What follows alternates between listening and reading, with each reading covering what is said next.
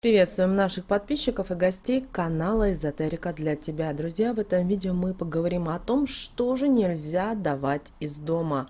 И эти вещи, пожалуйста, никогда не выносите ни из квартиры, даже если вы снимаете сейчас квартиру, никогда и никому, иначе безденежье поселится в вашем доме. Вы знаете, в нашем народе существует ряд народных примет о том, что нельзя давать кому-либо, дабы не навлечь на себя беду, а также чтобы обезопасить себя от долгов, от кредитов и всевозможных финансовых неудач, люди всегда старались придерживаться народных примет, традиций, суеверий, когда дело касалось денег. Итак, иголка. И вы знаете, иголка – это сакральная вещь, и ее ни в коем случае нельзя одалживать, особенно завистливому и злому человеку, так как сказанное над ней пожелание вам зла обязательно сбудется. Когда одалживали иголку в качестве охранного действия, ее необходимо было отдавать с длинной ниткой и также отдавать назад. Хранить иглы нужно только с ниткой, вдетой в ушко. Причем это касается всех иголок, которые имеются у вас в доме, для того, чтобы не испытывать нужду и проблем с деньгами. Чтобы деньги всегда водились в вашем доме, следует обзавестись игольницей, либо втыкать в катушки с нитками. А вот английскую булавку с замком лучше вообще никогда не давать. Кто знает, с какой мыслью ее застегнули. Булавку нельзя одалживать кому-либо. Если вам уж пришлось отдать кому-то булавку, то обязательно скажите следующие магические слова. «Возьми, но тебя я ее не давала». Или, как вариант, уколите острием булавки того, кто будет ее давать. Почему народные приметы запрещают давать сахар взаймы соседям? Дело в том, что с давних времен считается, что именно сахар является символом сладкой, счастливой, зажиточной жизни. Согласно народным приметам, его не стоит давать в долг, а также брать тоже не стоит. И этому есть простое объяснение. С сахаром из дома может уйти и счастье. В доме, из которого был взят взаймы сахар, могут начаться конфликтные ситуации. И высока вероятность, что могут начаться различные проблемы и недопонимания. Есть шанс того, что вместе с сахаром из дома уйдет и финансовое благополучие, изобилие и достаток. Есть даже мнение, что чем больше сахара будет одолжено соседям, и не только им, тем больше может возникнуть различных проблем. При этом вам придется приложить намного больше усилий, чтобы все наладить. Если у вас нет возможности отказать, то можно дать соседям пакет, который был куплен в магазине, который был куплен недавно и еще не был распечатан. Белую сладость из сахарницы давать не стоит, так как он сильно пропитался энергетикой вашего дома и ваших членов семьи. Далее уделим внимание соли. И вы знаете, у соли очень сильные энергетические свойства. Она является компонентом многих магических обрядов и может негативно влиять на здоровье и судьбу человека. Наши бабушки считали, что если у вас просят соли, то это не к добру. Таким образом, хотят забрать вашу силу, ваше здоровье и ваше благополучие. А если соседка попросила у вас соли, отдайте ей всю пачку или отсыпьте в кулечек и подарите. Далее домашняя посуда. Сюда и ложки относятся, и вилки, тарелки, кастрюли и прочая кухонная утварь. И все это заряжается энергетикой нашего дома и всех членов нашей семьи, которому принадлежит. Поэтому не давайте никому свою посуду и не просите ни в коем случае у других в пользование, чтобы не повлиять негативно на жизнь другого человека или собственную судьбу.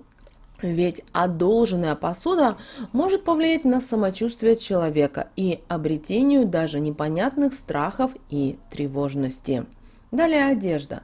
И одежда, а особенно обувь, вы знаете, обувь это очень личная вещь, и она несет энергетику своего хозяина. Многие, особенно в молодости, почему-то любят обмениваться одеждой друг с другом, меняться. Пожалуйста, девочки, не делайте этого, потому что это может принести вам неудачи. Брать в пользование, поносить на один вечер платье или блузку у подруги, даже у родных, не следует брать такую одежду.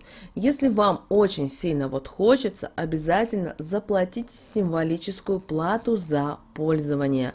И обязательно эту вещь перед тем, как одевать, простерните. Это очень важно. И так же самое, когда вы будете отдавать эту вещь, также обязательно простерните.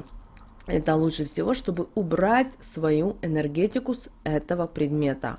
Далее украшения.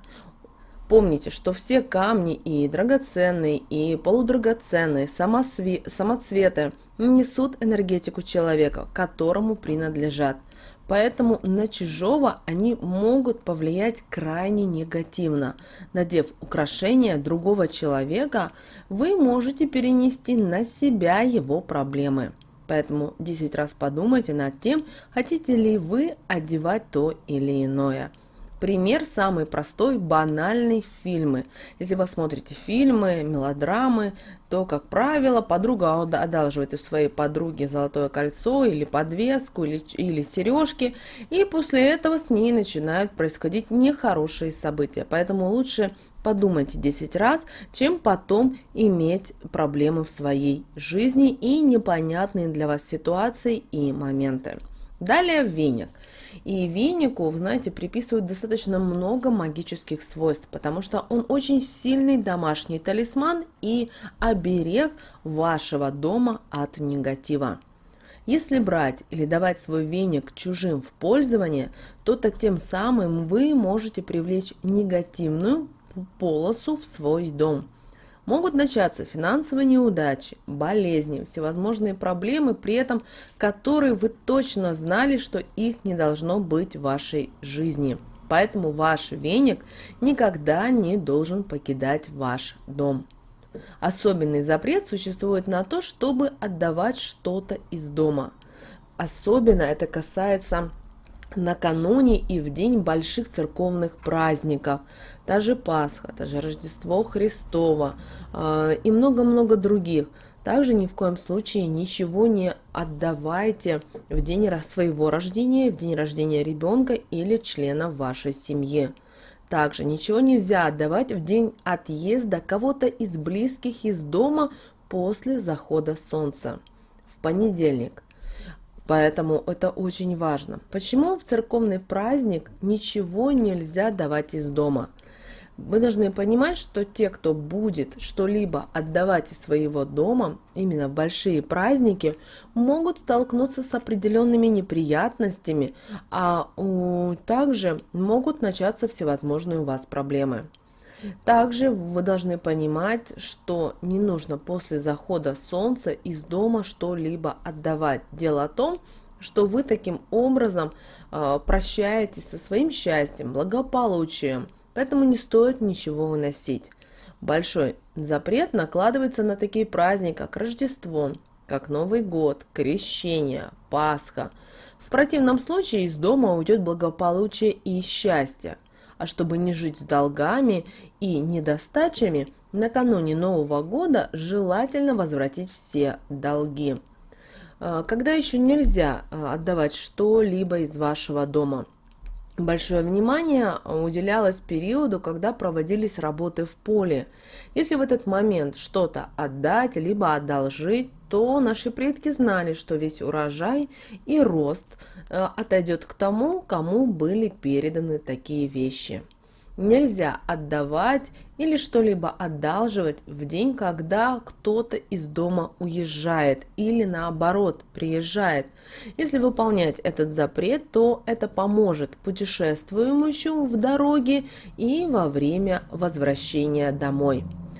первые несколько дней после рождения ребенка также нельзя ничего отдавать, иначе ребенок будет избегать свой дом, а точнее, если так можно сказать, выразиться, начнет путешествовать и мало времени пребывать дома. Также в понедельник не принято что-либо одалживать, иначе неделя будет пустая. Не разрешается давать что-то из дома, когда также находится в доме покойник, иначе можно перенести смерть в другой дом. В поминальный день принято раздавать вещи, деньги, продукты питания. Все эти запреты наши предки, наши бабушки, прабабушки старались соблюдать, так как это помогало защитить семью от самых разнообразных неприятностей, проблем с финансами и всевозможными болячками. Поэтому также важно помнить о вещах, которые также не стоит одалживать. Поэтому себе запишите, запомните и обязательно расскажите тем людям, которые вам дороги, чтобы они знали об этой важной и ценной информации.